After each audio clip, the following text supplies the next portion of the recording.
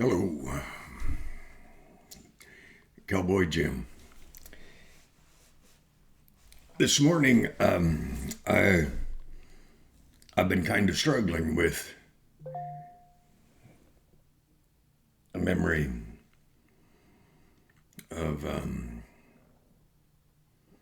of a ride that a few of us took from Bow Falls. I think it's called Bow Falls, in on the Yahatinda Ranch. There's an area there southwest of Sundre, and there's probably 50 or 100,000 acres, maybe more, possibly much more. A wonderful little waterfall and a place to park your horse trailer and whatnot, and it's kind of like a departure point and a meeting point, and you'd ride out for day trips or longer than that. And when you would leave there, we would cross the river, quite wide, and head down through kind of like almost like an airstrip, and back in that mountainous area of the Yahatinda, back shortly after the war, they were looking for coal. There actually is coal everywhere from where I work down in the Crow's Nest, clean through to Grand Cache and further north. And I don't understand, the geological aspect of it, but I have a dear friend who I hardly ever get to see, and he has his own coal mine on his ranch. He has a big ranch, but he has his own coal mine there. And I remember riding out from that departure point and on the Yahatinda, and spending a solid day heading into what is called the Ranger's Cabin, the Forest Ranger's Cabin, and instead of headed up stream on the one, I think it might have been Dormer, which would take you to Hidden Lake. That's where my youngest boy, Joe, got lost when he was 8 or 9 years old. And I saw my father do what I believe was a true miracle, in that I looked for that boy. It seemed like a few hours. And I did not once doubt that God would keep him safe, because I asked God if he would, and he said he would, so I just simply walked in that. And it is such that is a must watch. I think it might be the second most watched video we have, competing real close with the Black-Haired Warrior Women, which is a wonderful story. Incidentally, Black-Haired Warrior Woman, I love you. Okay? Well, I just thought I'd mention that. Anyways, at that Ranger's Cabin, instead of heading up to where my boy experienced a joy that could only be shared by his dad, because after being lost for a few hours in rugged, grizzly, mountain lion, rough, mountainous terrain, valley going down through it, my little boy, he entered a clearing. The only way that God does stuff like this is he's God. At the same exact moment that I entered the clearing from the opposite side, That boy and I, we met in the middle.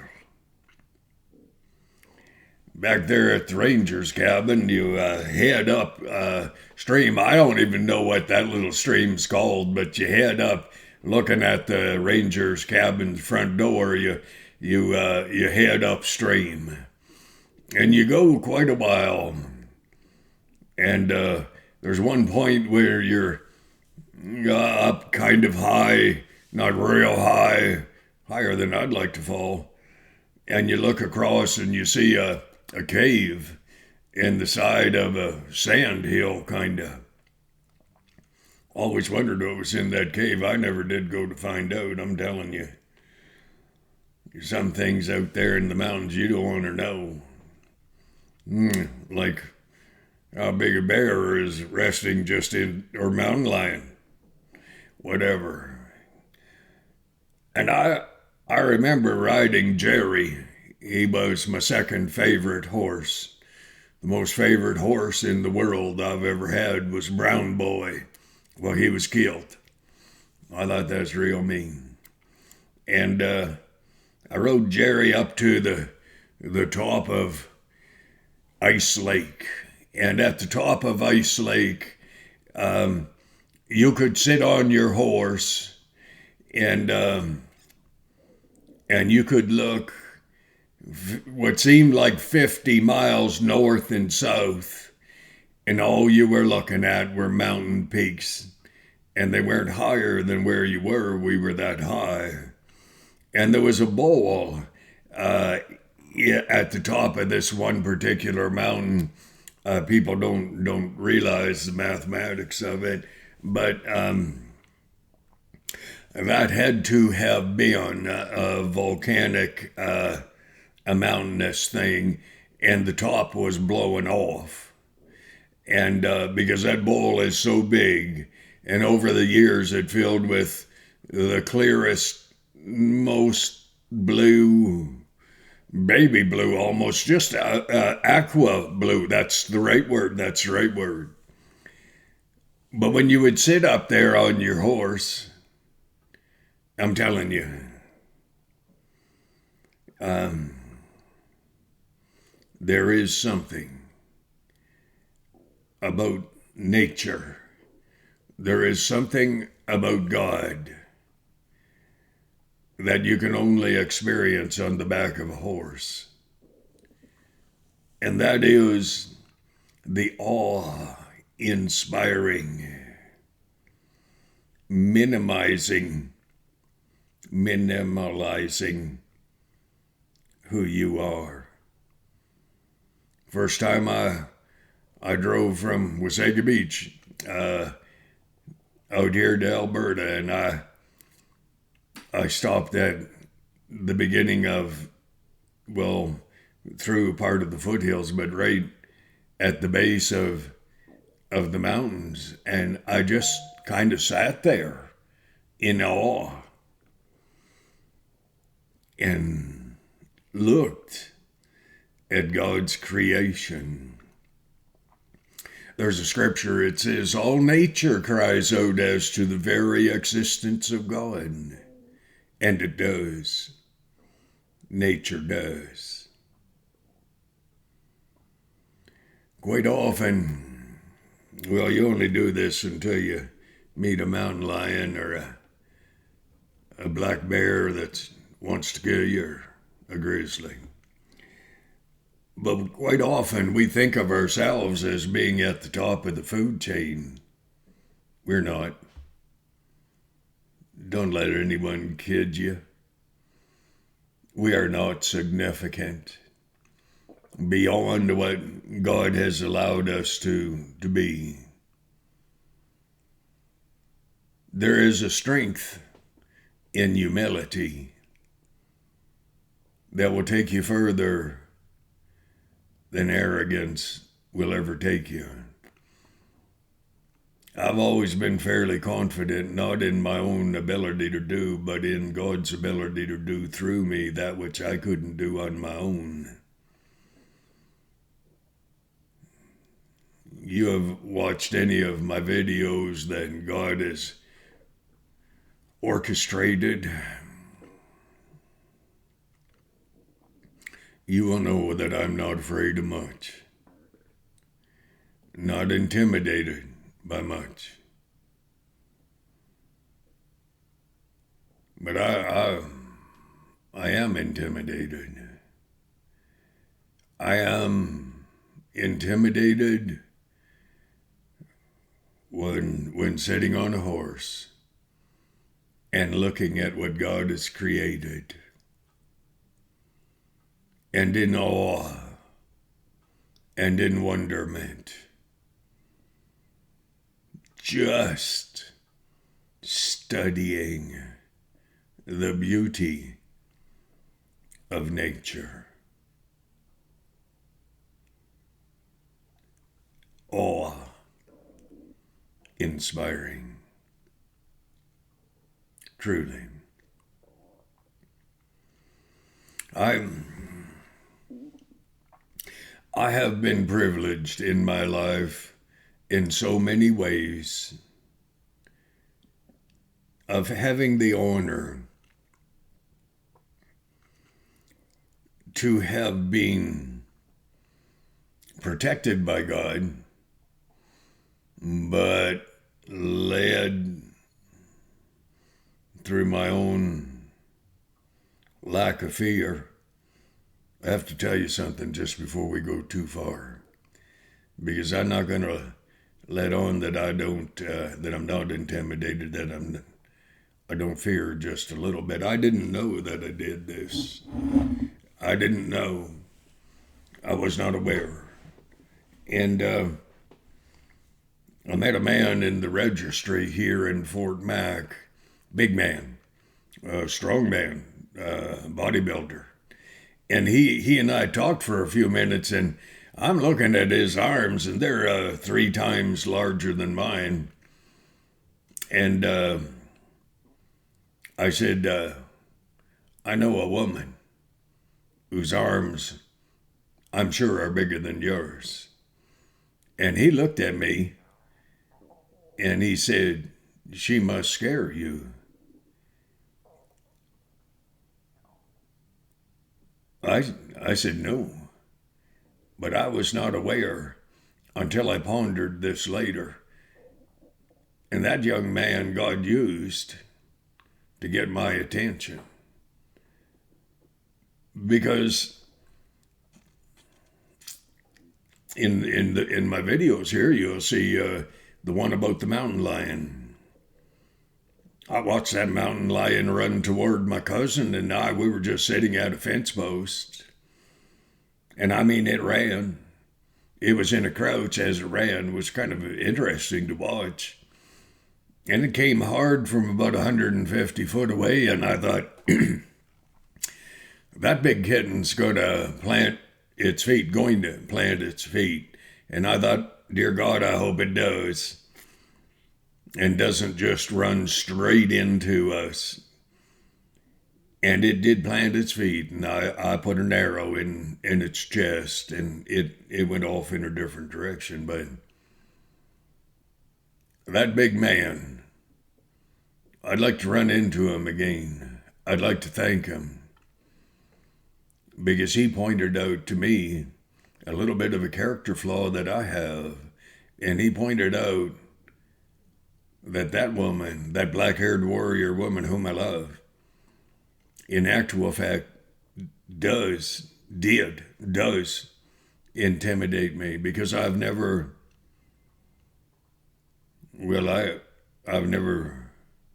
experienced anything like that. I've never seen such beauty.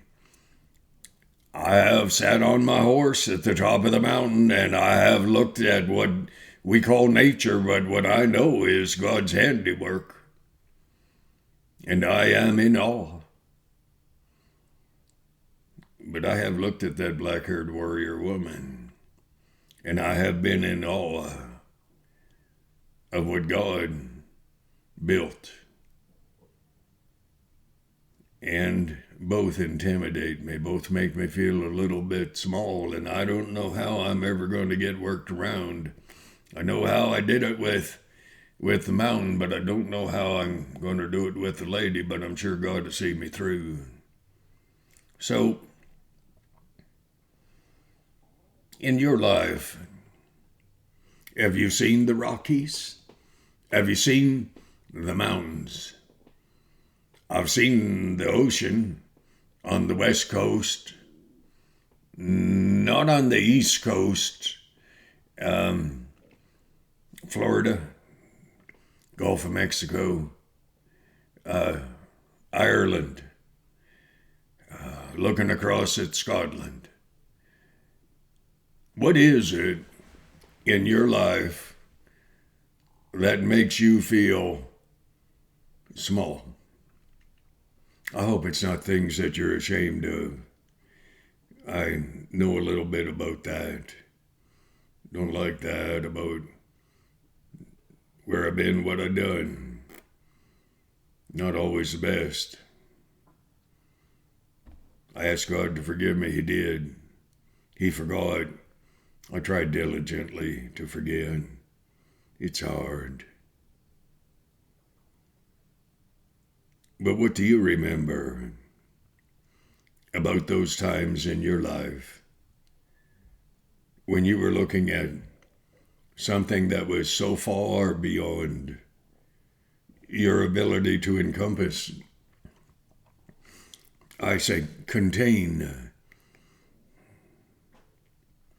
almost as though you are trying diligently to quantify and you can't because it's not possible. That's what I think of God. I read in Scripture, I always kind of look over in my Bible. I read in Scripture and I get close to a comprehension. The last 2.5 chapters of Zechariah delineates in the clearest fashion form that I have found in Scripture about what is going to happen in the end times, how the Battle of Armageddon is going to go down, what countries of the world are going to go against Israel and succeed. China, Gog, Magog, Russia, Germany, some European countries, the Queen of the North, end of Africa. There was a queen that went from there over to visit Solomon when Solomon was in his heyday, and it's very interesting reading. But the stuff that's going to go down in terms of the Battle of Armageddon is somewhat, shall we say, breathtaking. As I would sit on Jerry, Jerry is the one that jumped into the quicksand beside my oldest boy, Scott, after I'd been speaking pretty clearly with that boy for letting his horse get into the quicksand, which we never ever had seen before on that little stream up there somewhere north of Slave Lake, not Great Slave Lake, but Slave Lake, the one that's down in Alberta. And Jerry and I, we looked at stuff that made me feel small.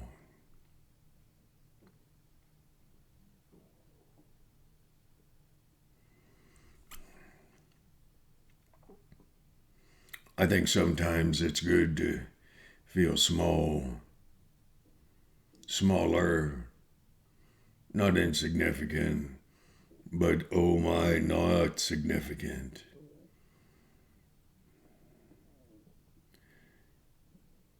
Actually, the black-haired warrior woman, that's kind of how I feel. Almost like I don't even know what to do. With God, I know what to do. I talk to Him, I pray, I study. I try to open myself up to His counsel, His advice, His love. Well, I guess He just explained to me how I'll have to approach that black-haired warrior woman just the same way. What are you approaching in your life that is a challenge beyond your able to comprehend, beyond your comprehension? Is it a medical report? Is it that terrible, terrible, terrible word that rips the heart out of everyone? Cancer. What is it that makes you feel small?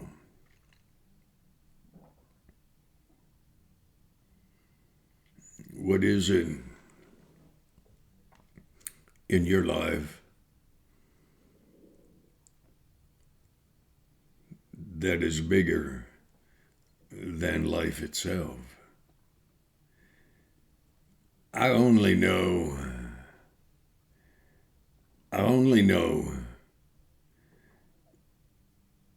the things in my life that I've been through, that I've gone through, that I have lived through, and I didn't really think I would. Many times I wasn't sure. When I had my heart attack, my youngest boy, both boys came to visit. My wife of the day, she had gone to Mexico because in Mexico they don't keep people very long. Her dad had died, and like she had 24 hours to get there because they don't do refrigeration of bodies and things like that like we do. They get them in the ground pretty quick, and I'd had a heart attack when she walked out the door, and I looked in her eyes. I saw her sorrow and her sadness, and I knew that her dad had passed. And what is it? What's going on in your life that has taken you to the very edge of hopelessness?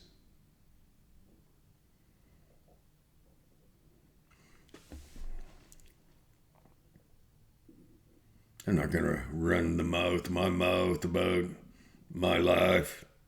It's not worth talking about. Because what I've done suited my situation. But your situation is so different, as everyone's is. There are similar solutions, directions that we can take, we should take. And one is what comes to mind: humble ourselves, yourself, myself. Humble ourselves and pray. And you know, I believe every problem, trial, heartache, sadness that I've been through in my life has been for one purpose, one reason. And that is to get me on my knees. In my heart, maybe. Perhaps just in my heart. On my knees in my heart. And turn. Well, there's a scripture. It says, turn from your wicked way. Well, maybe a bit more humbling than a person really wants to go to, but our ways are not the purest. Where you've been, where I've been, not necessarily the best, not necessarily beneficial, not necessarily the worst in the world either.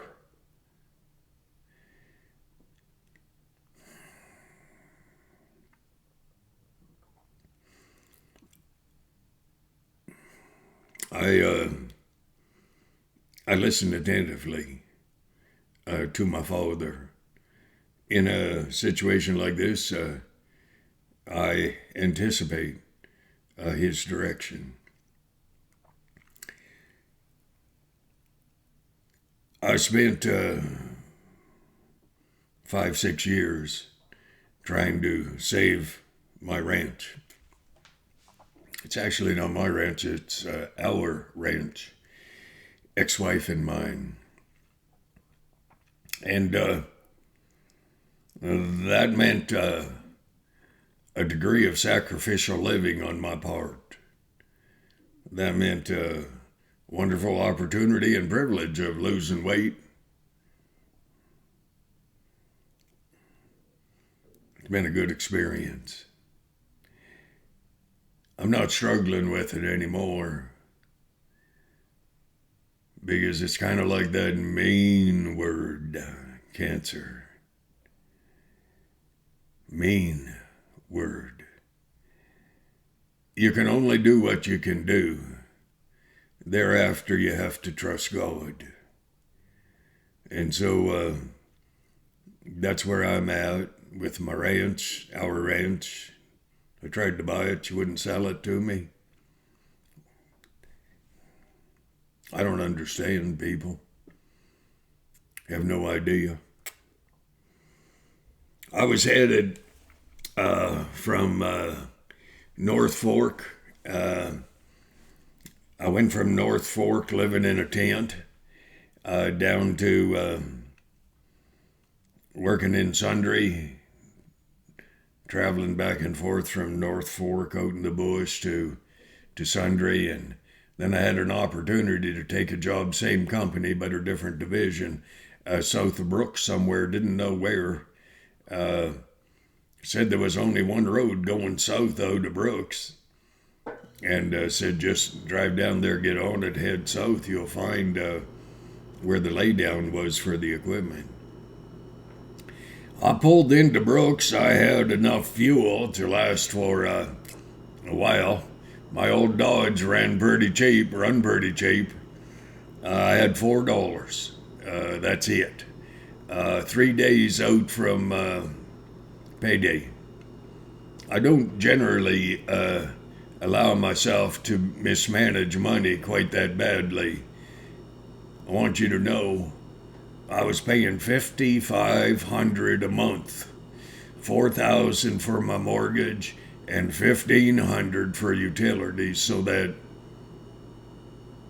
people could live at the ranch who didn't want to work for one reason or another. It had nothing to do with they weren't able. It's just that they weren't willing. I drove into Brooks and I said to the Lord, it was nigh on to 9:30, 10 at night. I said, Father, I have 3 days. I have no more tuna left. I said, I just may fast for the next 3 days, but I said, Father, I'm going to go in and get myself a large order of French fries. It's pretty good at McDonald's. And so I got out of the truck and I thought, perhaps I could run into someone who might possibly just be able to point me in the right direction out of town so I could find that place where I could park my truck. I was going to live in my truck the next 3 weeks a month. I did. Didn't hurt. Sure wouldn't sleep on the ground down there, children. Too many rattlers. I don't like snakes. I attract weird stuff like that, boy, I tell you, and I didn't want to do it.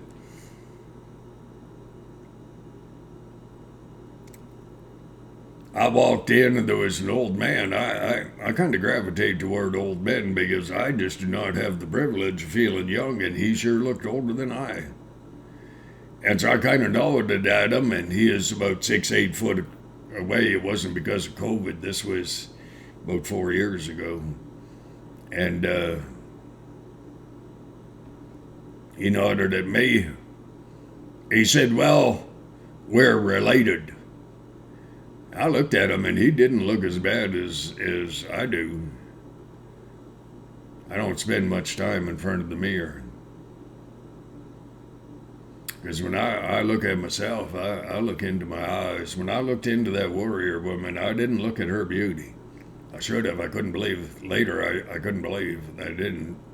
But I looked deeper than that. I looked into my heart. I looked into hers. I looked into that old man's eyes.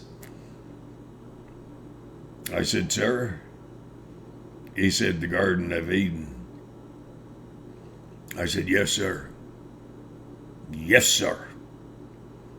I said, "We are related." He started to smile. We talked a little bit, not too terrible much. I got my order of fries. I went over and I sat down at a table by myself. There were a bunch of kids across the room. And I took my french fries. I took my hat off. I bowed my head very quietly, very humbly. Thanked God. If I'm in a restaurant with other people and they don't believe, I don't do that. I won't embarrass people. But if I'm by myself at my own table, I will thank God. I know how to do that. I opened my eyes after I was done in that short prayer, and I looked across the room, and there was a little girl sitting with a bunch of other kids. Must have been a young people's group. I think it was Friday night. And she nodded, and she smiled. And I knew I had her compliment for being gutsy enough to bow my head in a restaurant. So I ate my fries. I kind of got halfway done. Well, they were so good. I knew I had 3 days. I knew they'd let me make coffee in the laydown, and I can live on black coffee. A little sugar helps. And I got up, and that old man and I, we parted company. He was so pleasant. He was a believer. I, too, am a believer. I went out and got in the truck, my old Dodge, and I thought, shoot, I forgot to ask that old man, could he maybe just point me in the right direction to where that site is? So I got out, and here he come rather, out the front door of McDonald's, and we met kind of right where the parking lot and the walkway intersected. He said, he reminded me of me. He said, my God told me to give you, he handed me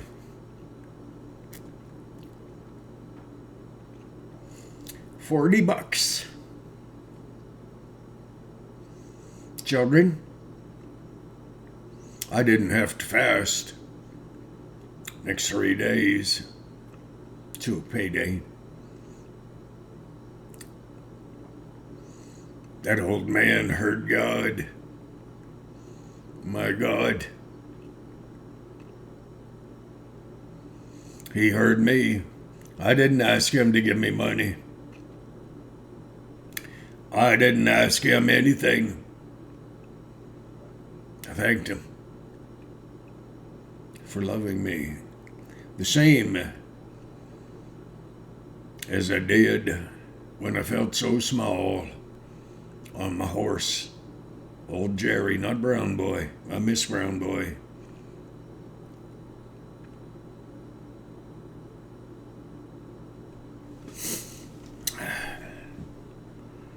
That old man looked at me and he said, is that enough?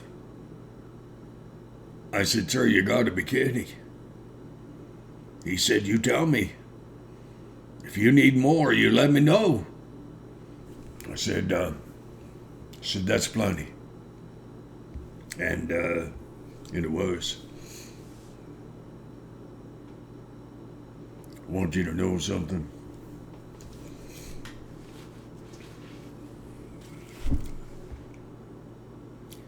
When you feel small on a horse at the top of a mountain, or in your mind's eye, you're looking at the one you love with your whole heart and you just feel insignificant, how can you ever? Or you are on your knees and you're confronted with a horror of horrors. It's called cancer.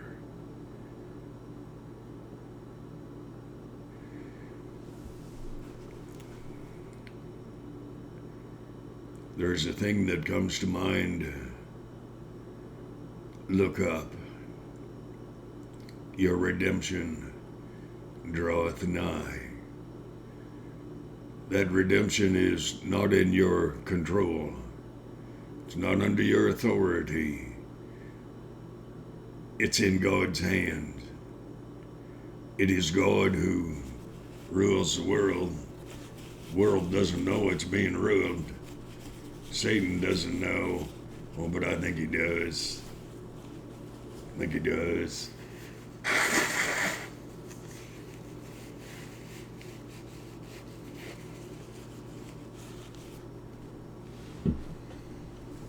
My Uncle Jim Marshall, remarkable Irishman. When the war ended, he was not ever once again sober for the rest of his life. That war took something out of him. There are things in your life that may just about take everything out of you. He said, Jimmy, there are no atheists in the foxholes of war. People, I do not believe there are any atheists who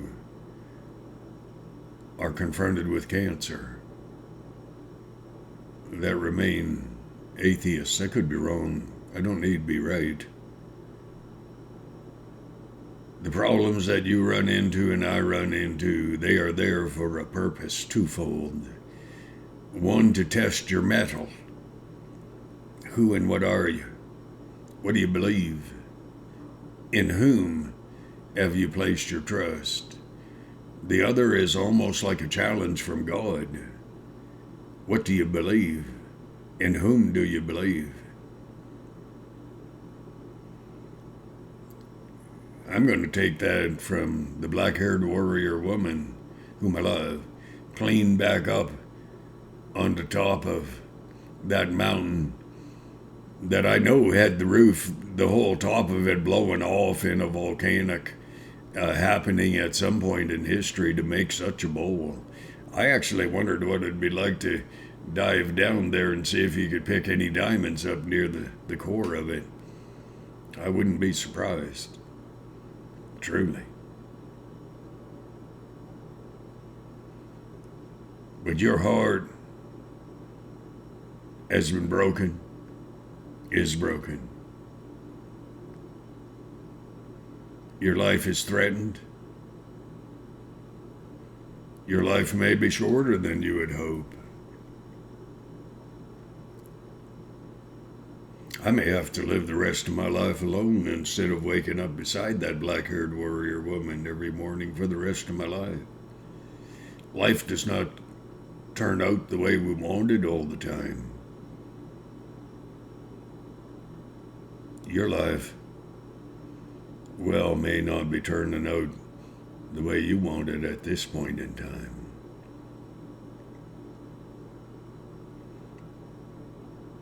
I'm going to pray for you. I think that we better do that pretty quickly. Father, there is that one who is on death's door. Father, you know I'm kind of always a bit nervous about interfering with what you have on the go.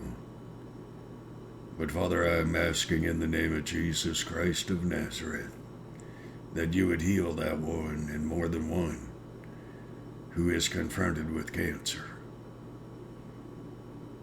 And there's another malady there. I can't even put a finger on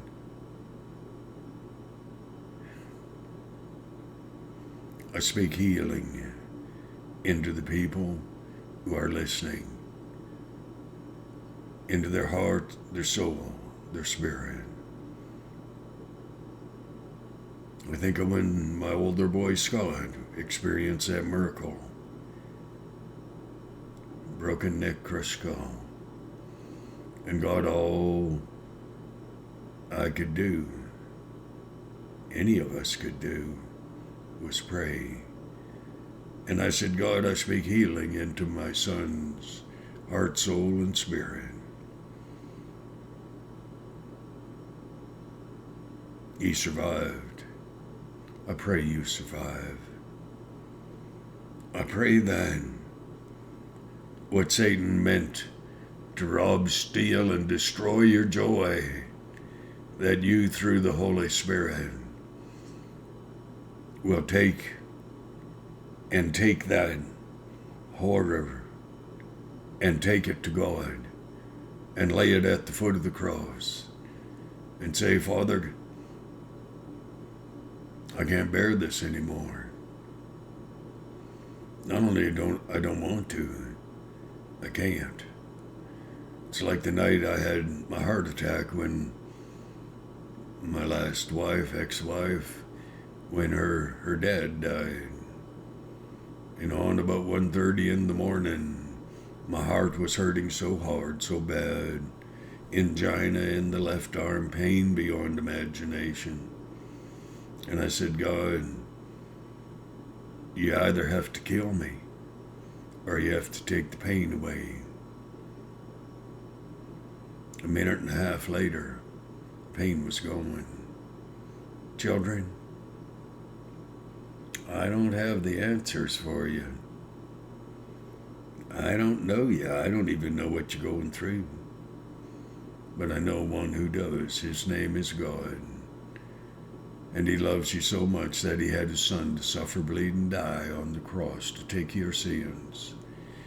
Listen, you may lose your life here, but here is temporary.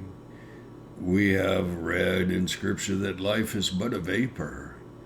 We're here, then we're not. You choose where you want to be when you close your eyes for the last time. It's simple. All you have to do is say, God, forgive me. I accept Jesus Christ as my Lord and Savior. I know he took my sins, all my sins, upon himself on the cross. And he paid the price. He was without sin, but he paid the price for my sin and every single person who chooses to believe that Jesus is the Son of the living God. And he gives us this glorious opportunity, and that is to reach out and take hold of life and to draw God's love into our hearts. Listen, you may be alone. I'm so sorry. I pray in Jesus' name that God will make his presence so known to you that you will be just filled with his love, his peace, his joy. That one that I gave my heart to, I'll never take it back. God, I ask in the name of Jesus Christ of Nazareth that you fill her heart with your love, your joy, your peace. Peace that passes all understanding.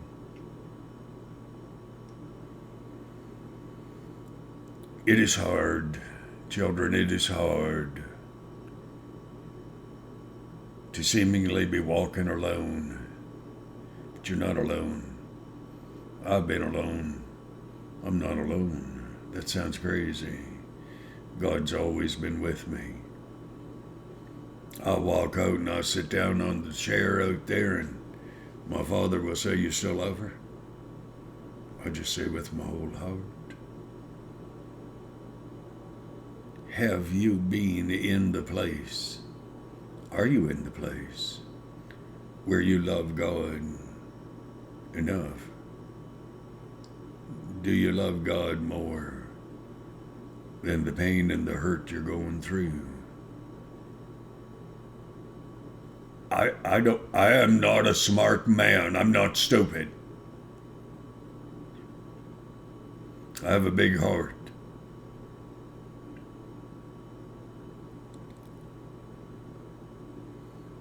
I encourage you, think on good things. Job, jeez, Job said, "The thing I feared has come upon me." Don't fear. Don't fear. Another scripture, as a man thinketh in his heart, so is he. A little bit ago, I did a video about an old friend of mine I met, 39, 40 years ago. His name was Emmanuel. Emmanuel was dying of cancer. I led him in the sinner's prayer. And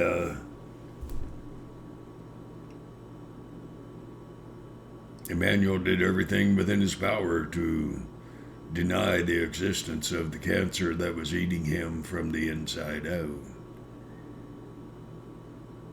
It didn't help. He died. Perhaps it prolonged his life. I don't know. I'm not God.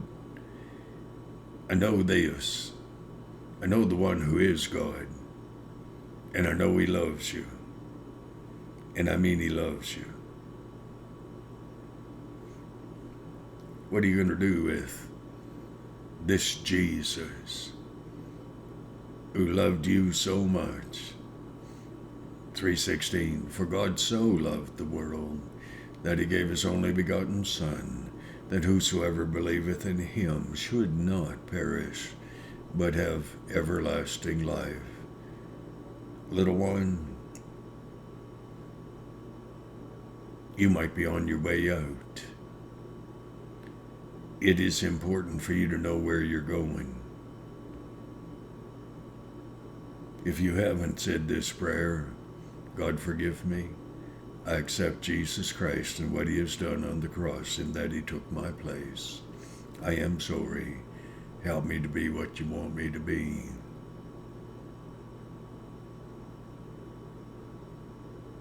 This is too important for me to take this any further.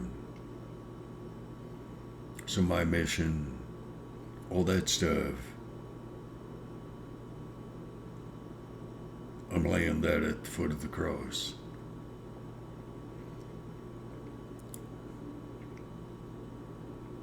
I don't know who you are. I don't know where you are. I want you to know something. You get down on your knees in your heart, you may be beyond capable of even moving.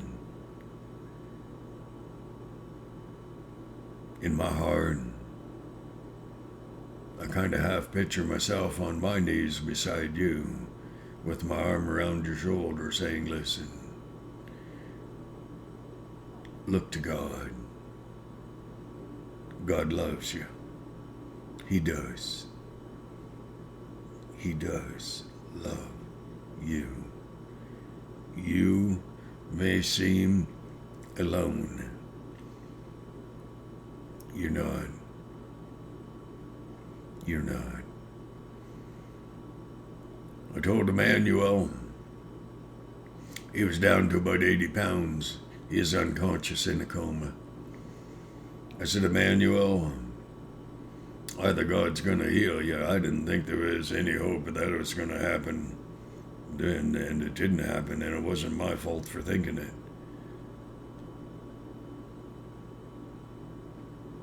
My Aunt Joan, when she was dying, she said, I think to her daughter, the angels are here. I think, I hope I'm remembering this correctly. And in my aunt's mind, she saw a doorway in the middle of the hospital room wall. It wasn't there. But in her mind, a couple of angels were walking through there, taking her by the hand.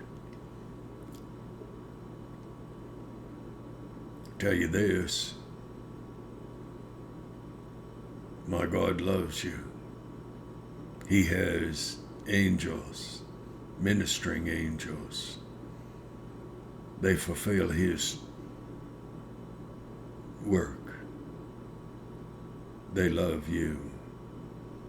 No one loves you more than God and Jesus Christ, his Son.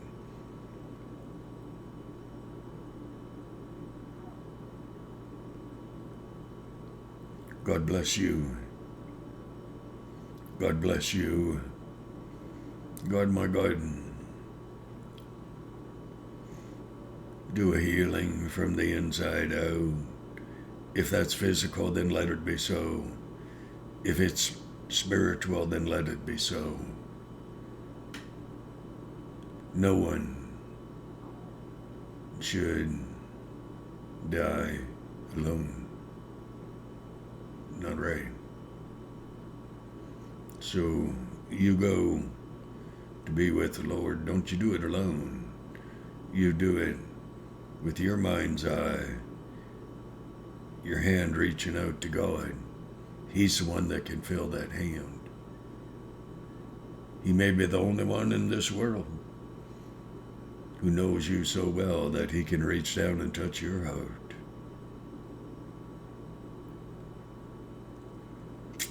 God bless and keep you in his hand, in his heart, in Jesus' precious name. Amen and amen. God bless. 403-816-5696. That's my phone number.